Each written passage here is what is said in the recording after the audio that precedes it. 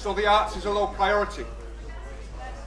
But it's the principal thing that defines us as human. Those moments exponents can light up the room and it soundtracks our lives. It's the heart of our nation bringing civilization to our civilization. It's the cultural pulse of these green pleasant lands. It's the heartbeat you can't beat from Britain's best bands. It's the sounds that just pounds all around Britain's streets as our geeks and our freaks tweak this week's bleeps and beats. It's the tourists who flock to our national collections. It's tears in your eyes as you witness perfection. From prime time and mainstream for family sharing to courageous, outrageous and out there and daring, from relaxing, not taxing and safe and commercial to incendiary, extraordinary, brave, controversial. It's mashing up cultures and mixing up styles, from dancing at dawn to a night on the tiles. It's opera and soap opera, ballet and pantos, dubstep concertos and thrash metal cantos. It's guitars and sitars and harps and harmonicas, gay disco, bebop, a psych funkatronica. It's every subgenre of music conceivable. Oh, you missed it last night, man, it was unbelievable. It's skate punk and space funk and reggae got soul and bass pounding, ace sounding, great rock and roll. It's hip hop and punk rock and bitter street symphonies and infamy. They've all got it infamy.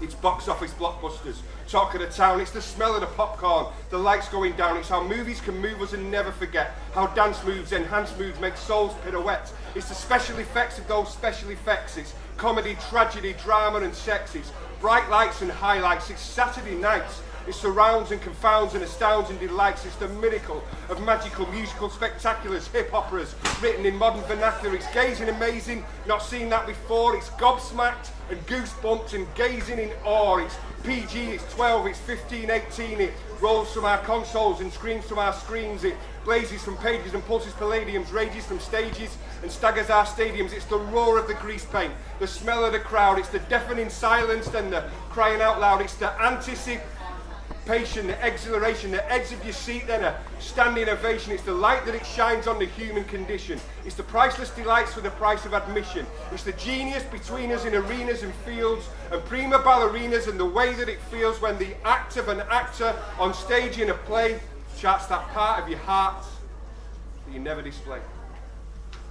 It's Sugar Babe Shakespeare and Lock Up Your Chaucers. It's Dickens, Rich Pickens for sought after authors. It's burlesque and batik and beatbox and bhangra and mosaic and mimicry, montage and manga. It's graphic design and the finest typography, visceral, mystical, phenomenal photography. It's how photos expose those who pose to the eyes, how the lens tends to cleanse and extends a surprise. It's political puppetry, feminist fiction, knitters with attitude, graphic depictions of horror and fantasy, sci-fi and splattercore. People who tell you that nothing can matter more than the hope and the glory last night of the proms, the choirs of fire, the poems like bombs, the rocking with laughter and packed to the rafters, the Oscars, the Costas, the Mobos and BAFTAs, the fire-breathing, fire-twirling, fireworks and flames at the opening ceremony of the Olympic Games. And we sing Cool Britannia, because Britain is blessed. We're first class, we're world class. It's what we do best. When it comes to the arts, we are such world leaders, small islands, big talents, we're overachievers. Creative industries, culture, where business is booming but cracks are appearing. And cutbacks are looming. But Britain's got talent of incredible breadth, bringing pleasure beyond measure to incredible depth. So remember, the arts, yes, can entertain millions, but enjoyment, employment can generate billions. And it's not just the artists. There's work for technicians, for brickies and chippies, for skilled electricians, designers, suppliers, and jobs which are key, whether making decisions or making the tea. It all creates income. It generates wealth, which is spent and respent more than pays for itself. So arts, just for art's sake, can take pride of place. But there's no business like a show business case. And it's not just all famous and glamorous stars, it's the art that takes place in the schools and the bars, in the old people's homes, in community centres. It's the tutors and teachers and workshops and mentors. And it's not just for capital culture elites, it's for ordinary people from ordinary streets. It's the whole-filling, soul-filling joy that it brings when ordinary people do extraordinary things. So let's celebrate art in our local communities, wide-ranging, life-changing, brick opportunities, breeding cohesion and tackling sorrow. Beginners begin to be winners tomorrow. It widens horizons, it broadens our minds, it binds us together, it helps us unwind, it deals in diversity, eases anxiety, weaves ties that bind through the fabric of society. It's the honesty, dignity, beauty and truth of chronic arthritis who write of their youth And I've heard say their wordplay when given a start is a javelin travelling straight to your heart. So the arts is a therapy, fighting ill health. It's the used and confused boy who's finding himself. It's that look in his eyes for the very first time.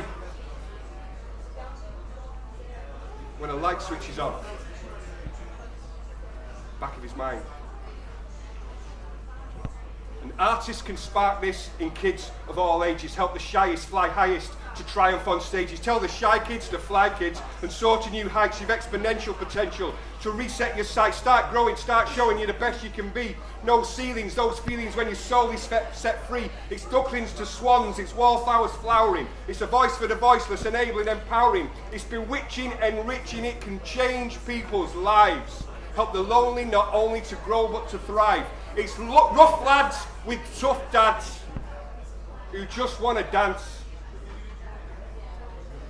And they'll give it their all if we give them a chance. And when nobody listens, the quiet girl sings. And that weight on her shoulder turns out to be wings. And we're never more human than when we create. Imagination, innovation is what makes us great.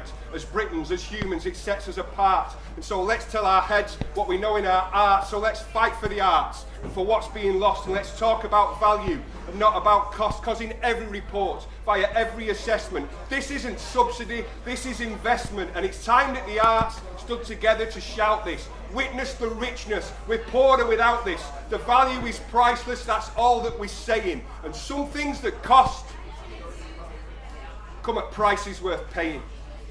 And when they tell us that's fine, but where else should have cuts? Let's reclaim the debate with no ifs and no buts, because it's not about art versus pensions or healthcare. It's not about arts versus schooling or welfare, but it is about choices. It's this simple choice.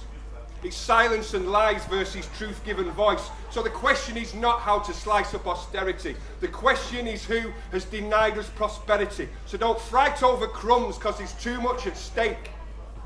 Let's unite and let's fight those who've stolen the cake. Thank you.